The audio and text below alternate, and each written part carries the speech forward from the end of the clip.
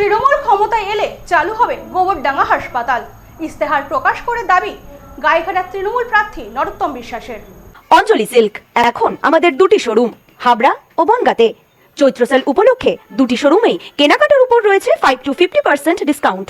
Phone 7044447885। ধুলো জমা শয্যা আর শূন্য করিডোর। বিগত 12 বছর ধরে গোবরডাঙ্গা হাসপাতালের এই কঙ্কালসার চেহারাটাই দেখেছে স্থানীয় মানুষ। তবে আসন্ন নির্বাচনকে সামনে রেখে এই বন্ধ হাসপাতালের দরজায় আবারও আশার কড়াঘাত পড়ল। উত্তর 24 পরগনার গাইঘাটা বিধানসভা কেন্দ্রের তৃণমূল প্রার্থী নরোত্তম বিশ্বাস তার নির্বাচনী ইস্তেহারে স্পষ্ট ঘোষণা করেছেন যে তৃণমূল ক্ষমতায় এলে অগ্রাধিকারের ভিত্তিতে চালু করা হবে এই চিকিৎসা কেন্দ্রটি।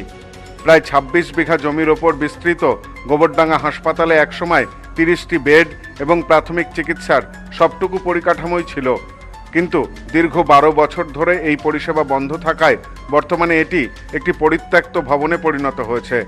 সামান্য চিকিৎসার জন্যেও সাধারণ মানুষকে এখন দীর্ঘ পথ পাড়ি দিয়ে ছুটতে হয়, যা অনেক সময় আশঙ্কাজনক রোগীদের ক্ষেত্রে প্রাণঘাতী হয়ে দাঁড়ায়। এদিন এক সাংবাদিক সম্মেলনে তৃণমূল প্রার্থী নরোত্তম বিশ্বাস তার দলের লক্ষ্যমাত্রা ও ইস্তেহার প্রকাশ করেন। সেখানে গোবরডাঙ্গা হাসপাতালের বিষয়টিও গুরুত্ব সহকারে উল্লেখ করে তিনি জানান, নির্বাচনে জয়ী হলে এই হাসপাতালটি দ্রুততার সাথে চালু করা হবে। কেবলমাত্র তালা খোলা নয়, আধুনিক চিকিৎসা সরঞ্জাম ও পর্যাপ্ত স্বাস্থ্যকর্মী নিয়োগ করে এটিকে একটি কার্যকর স্বাস্থ্যকেন্দ্রে রূপান্তরিত করা হবে। এলাকার মানুষের ঘরের কাছেই আধুনিক স্বাস্থ্য পরিষেবা পৌঁছে দেওয়াই হবে তার অন্যতম লক্ষ্য। দাবি ছিল গোবরডাঙ্গা হাসপাতাল দীর্ঘদিন ধরে যে টানাপোড়েন চলছিল, আমরা দলকে সেটা বুঝাতে সক্ষম হয়েছি এবং আমি নিজে অভিষেক দাকে কথা বলেছি। আমি নিজেও মমতা বন্দ্যোপাধ্যায়কে 2021-এ বলেছিলাম, উনি সেবারও কথা দিয়েছিল যে গাইঘাটা বিধানসভায় আপনারা নরোত্তম বিশ্বাসকে জিতান। আমি নরোত্তম বিশ্বাসের হাত ধরে এই হাসপাতাল যাতে সুন্দর থেকে সুন্দর হয় এবং সুন্দর পরিষেবা যাতে মানুষকে দেওয়া যায় সেই লক্ষ্যে আমরা চেষ্টাও করেছিলাম। যাই হোক, আমাদের দুর্ভাগ্য 21-এ আমরা হেরে গেছি, কিন্তু আমি হেরে গেলেও প্রত্যেকটা জায়গা, আমি আজকের এই সাংবাদিক সম্মেলন নয়, যতগুলো আমার স্পিচ আমি দিয়েছি প্রত্যেকটাতে আমি প্রথমে রেখেছি 1 নম্বর জায়গায় 1 নম্বর দাবি। এটা শুধু গাইঘাটার মানে গোবরডাঙ্গার মানুষের দাবি না, এটা গাইঘাটার মানুষের দাবি এবং গাইঘাটার আশেপাশে যে সমস্ত বিধানসভাগুলো রয়েছে তাদেরও ন্যায্য দাবি যে 1 নম্বরে আমরা চেয়েছি হাসপাতালের সুষ্ঠু পরিষেবা।